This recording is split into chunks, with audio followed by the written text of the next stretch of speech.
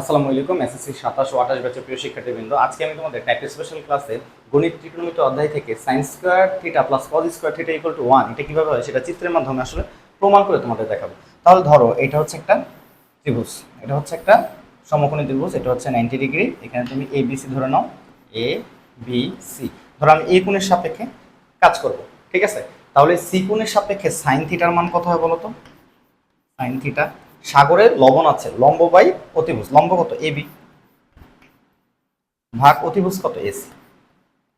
বুঝতে পারছো? আবার যদি তুমি cos থিটা নিতা, এটা হচ্ছে কি থিটা, এটা কি ভাই থিটা, এসি কোণ নিয়ে কাজ করতেছি। তাহলে যদি লিখো cos থিটা ইকুয়াল টু, কবরে ভূত আছে, ভূমি বাই অতিভুজ, ভূমি কত বিসি, অতিভুজ কত এসি।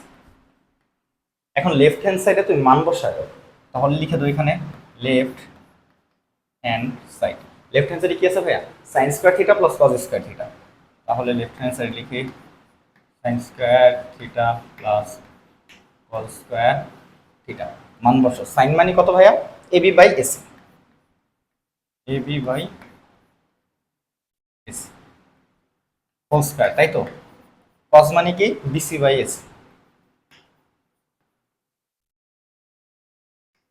স্কয়ারটা যেহেতু ভাগ বা গুণ আকারে থাকলে তুমি স্কয়ার ভাগাভাগি করে দিতে পারো বা রুট ভাগাভাগি করে দিতে পারো, তাই তো? তাহলে তুমি লিখে দাও AB square by AC square plus নিচে এসি স্কয়ার উপরে বিসি স্কয়ার। এখন কি করা যায়? লসাগু করা যায়।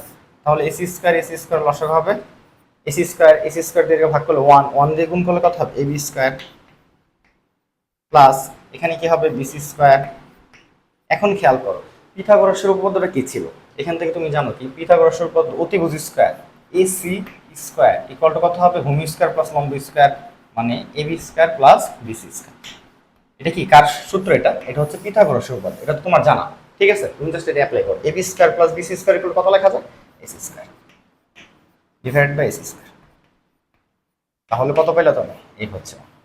তাহলে বুঝতে পারছো sin square theta plus cos square theta, অর্থাৎ যেই কোণ নিয়ে তুমি কাজ করবা সেই কোণের সাপেক্ষে sin থিটার অনুপাতকে বর্গ করলে যেটা পাবে এবং cos স্কয়ার থিটা করলে যা পাবা দুটো সমষ্টি হবে কত? 1।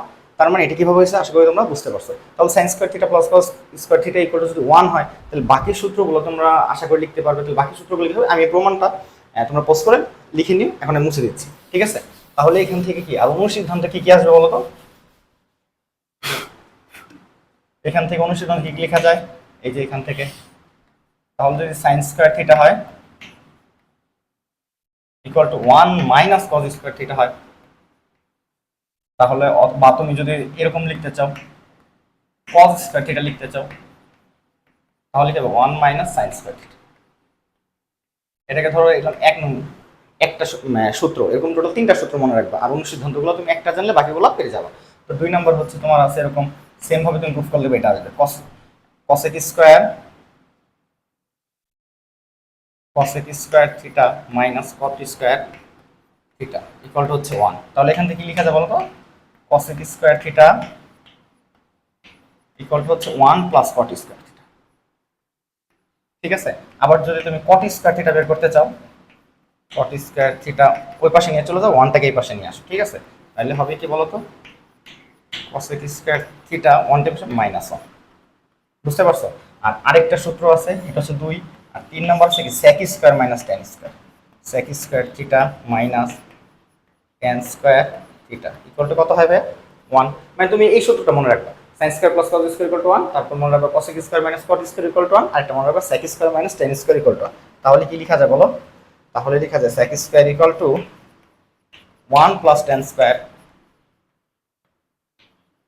আবার তুমি যদি tan এর মান বের করতে চাও তাহলে tan টাকে ওই পাশে নিয়ে যাও, tan square theta equal to 1 টের পাশে নিয়ে আসবো নাকি sec স্কয়ার থিটা মাইনাস 1। তাহলে এই হচ্ছে একটা সূত্র, আর এই হচ্ছে আরেকটা, আর এই হচ্ছে এই 3টা সূত্র মনে রাখবা।